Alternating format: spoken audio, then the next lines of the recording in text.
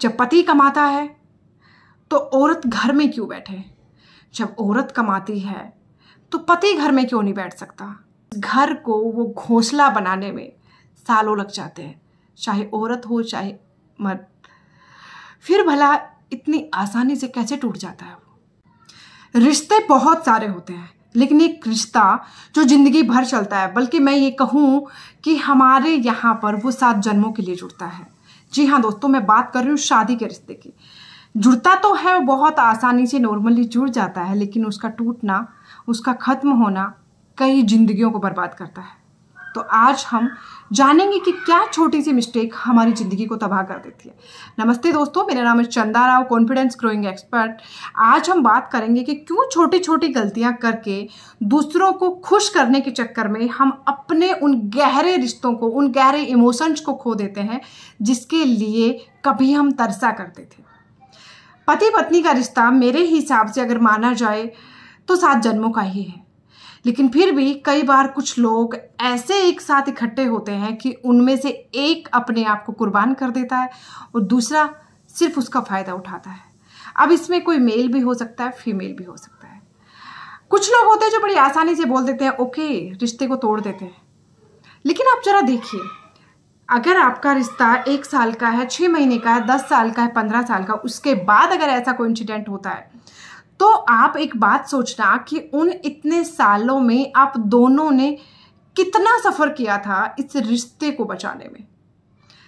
उसके बाद क्या आज जो छोटी सी बात जिसकी वजह से हम अलग होना चाहते हैं, क्या ये सही है? क्या इस छोटी सी बात को सॉर्ट आउट नहीं किया जा सकता? छोटी सी रियल लाइफ कहानी शेयर करती हूँ।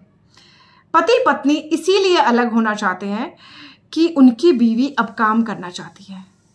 हाँ, हालांकि वो शादी के 8 साल से वो अब तक काम कर रही है। जी हाँ, वो दूसरों के घरों में झाड़ू पोछा करती है। 2 बच्चे हैं उसके। पति पहले कुछ नहीं करते थे, घर में रहते थे, लेकिन फिर भी बीवी ने किसी के घर में काम किया और जैसे तैसे अपने पति को बिजली ठीक करने को, इलेक्ट्रिशियन का काम सिखाया।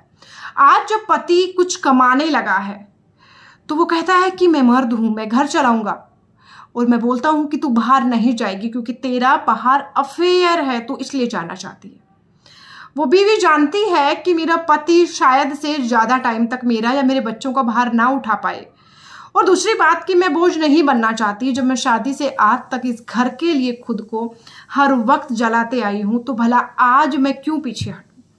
वो अपने बच्चों को अच्छी एजुकेशन देना चाहती है, लेकिन पति का स्वाभिमान, उसका पति होने का ईगो इतना आड़े आ रहा है, मेरे कमाते हुए तुम्हें बाहर जाने की क्या जरूरत है? जब मैं चाहता हूं कि तुम घर में रहोगी तो रहोगी।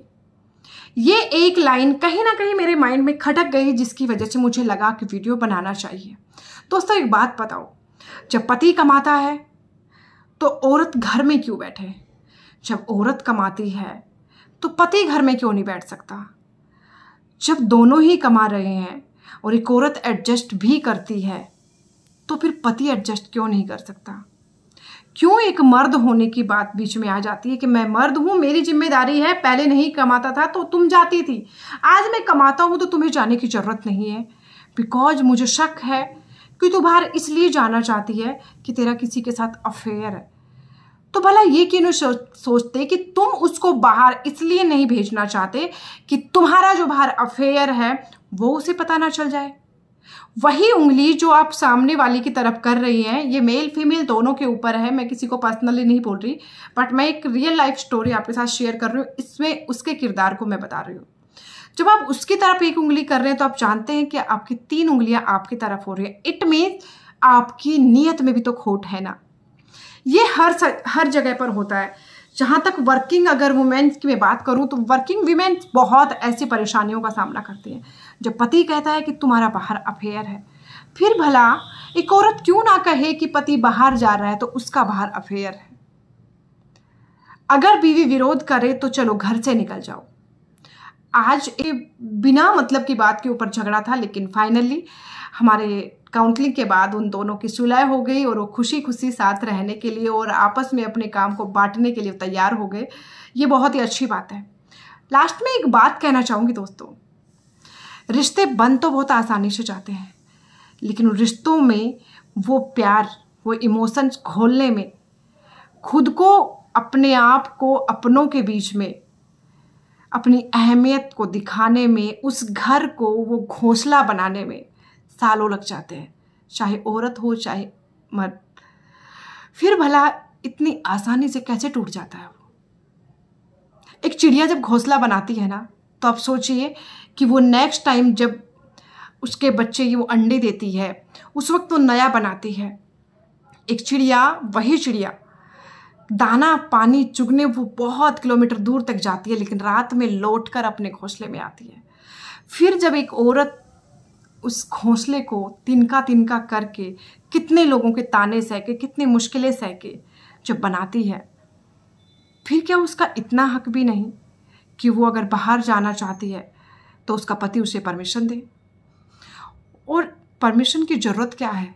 क्या पति ने परमिशन मांगी थी कि मैं बाहर जाऊं? और जब बीवी मना करती है तो क्या पति मानता है? नहीं। दोस्तों, हम जिस सदी में जी रहे हैं ना, उसमें बहुत हद तक हमें अपनी मानसिकता चेंज करनी होगी। हमें अपने आप को तैयार करना होगा एक नए भारत के लिए। अगर आप उस टैलेंट को, यहाँ मैं कहानी एक ऐसी औरत की बता रही हूँ जो दूसरों के घरों में काम करती है, लेकिन ये उन सभी वर्किंग वीमेन्स के ऊपर भी लागू होती है जो हर एक फील्ड में काम करती है और बहुत स्ट्रगल भी करती है। अगर वो आपका हाथ बटाना चाहती है तो इसमें गलत क्या है? कुछ भी नहीं।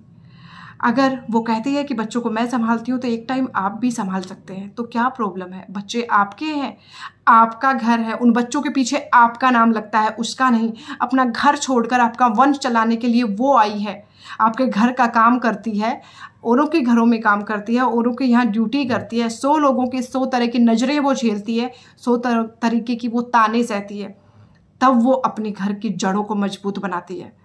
उसके बाद अगर उसका पति ही बोल दे कि उसका बाहर अफेयर है या वो बाहर ना जाए, इट मीन्स वो जानवर है जिसको आपने खरीदा है, आपने उसको एक खूंटे पर बांध दिया और वो वहीं बंधा रहेगा? नहीं, वो एक जीती जागती इंसान है।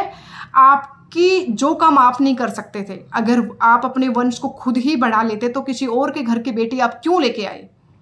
जो काम आपका पूरा परिवार नहीं कर सकता था, वो उस लड़की ने किया है। फिर वो इतनी छोटी नहीं है कि आप उसके इमोशंस को ना समझे।